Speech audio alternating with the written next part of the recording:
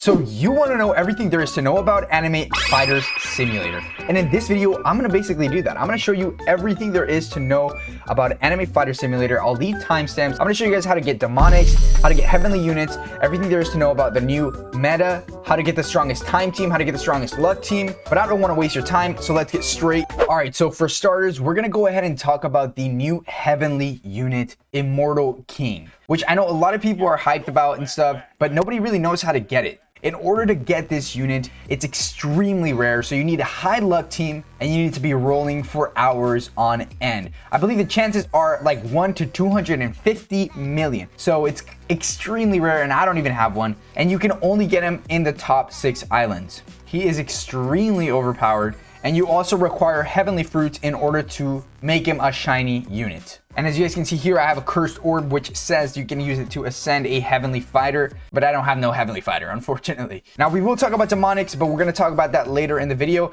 But right now, because I just talked about luck, let's talk about the new meta for luck team. Now I go into my equip here and I equip my best luck team. You guys can see that I have a couple units with golden luck. Golden luck is the new meta for luck. Now you guys might be asking, how do I have already 4 luck units with golden luck, as it is extremely rare? I believe it's a secret passive or a secret trait. So what I basically do in order to roll traits, and this actually applies to every single trait that I'm going to talk about in this video, is I basically come into my inventory and I check which shard I have the most of. For example, right here I have a lot of Naruto shards. I also have a decent amount of Yu-Gi-Oh shards and a decent amount of corruption shards. Now what I'll do once I do that, I'll go to the map and I'll roll for a common unit. So for example, here I have a couple of common units that I've already done rolls on, and what I'll do is I'll do shard rerolls on this common unit, and I'm going to tell you guys why. So the reason why is because if we come over to this convert machine, you guys can see that you could actually convert Requiem rerolls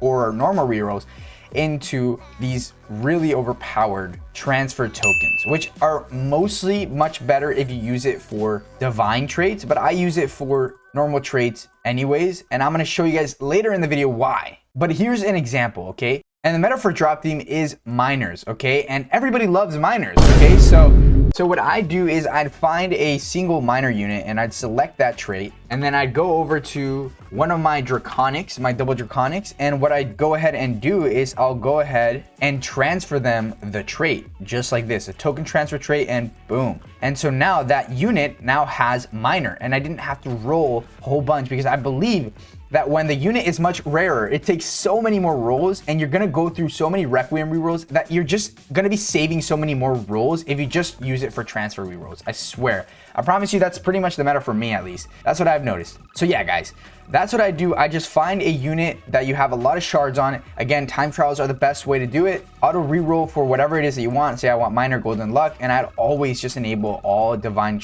because there's such rare ones.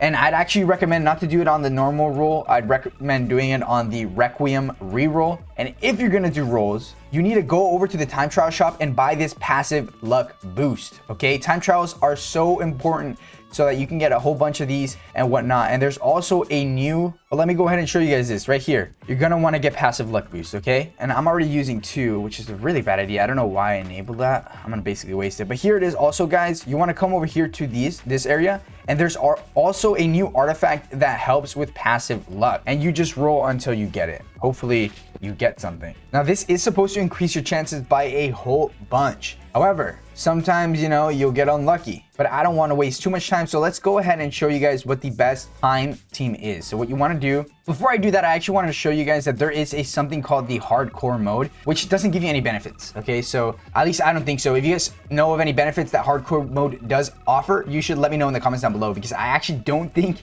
that it gives you anything besides just resetting the game and having 2 different teams and just more stuff to do, which nobody wants to do that. I don't want to do that. I don't know about you, but I don't want to do that. So yeah, plus there's already so much work that you put into your normal team, to just want to restart it for no reason is quite diabolical, in my opinion. All right, but here we go. The new best time team that you could get is actually Twilight, which isn't going to be here for long. So you guys need to get it now. It's right here, Twilight right here. You get it from the snow area. However, if you wanted to really craft the best time team, you need to get the divine passive Interstellar. It's actually the best for time. However, I think it's okay if you have light speed, but definitely try to get Twilight if you want to increase your time by quite a bit more. The other ways to increase your time are, of course, to always use these boosts. Okay, they're not that hard. You just do time trials, and time trials are going to basically be your friend to coming back up from, you know, spending time away from Anime Fighter Simulator. It's definitely not going to be easy. It's going to be a lot to grind for,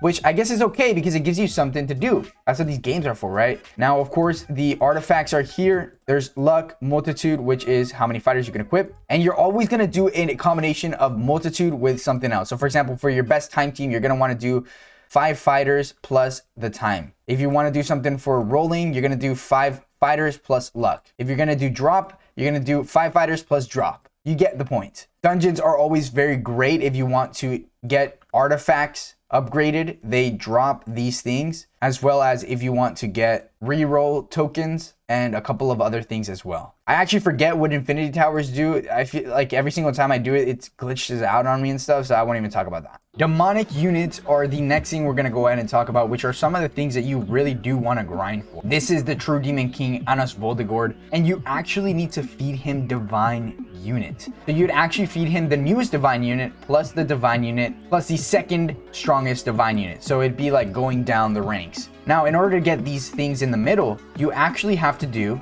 these gates over here, okay? So you can talk to this mysterious person and you would have to do these ranks, and you actually have to build your way up from E to Z, I believe, or something like that. And that's when they start dropping a lot more of those demonic evolution or whatever traits. Now, what you'd want to do after evolving that unit, oh, and by the way, it has to be a limit broken divine unit. All right, now I just want to talk about basically all the revamped in-game mechanics that the game has provided. For example, there are now grimoires, there are now weapon machines, there are, well, we talked about the transfer. There are now auras, which are really good. Some of them, these are basically dropped by dungeon bosses. As you guys can see, you can upgrade them and get more, you know, luck and drop or whatnot. There are ascension machines, which are only for heavenly fighters, and basically once you ascend them, it gives you the multiplier that heavenly fighter would give. Now, there are infuse machines, which are the next level up from limit broken. So what you have to do is you have to sacrifice 3 limit broken fighters and fuse them into 1 infused fighter, which is extremely difficult to do, by the way, and it's going to take a long time, because that means that if you wanted to infuse a demonic unit,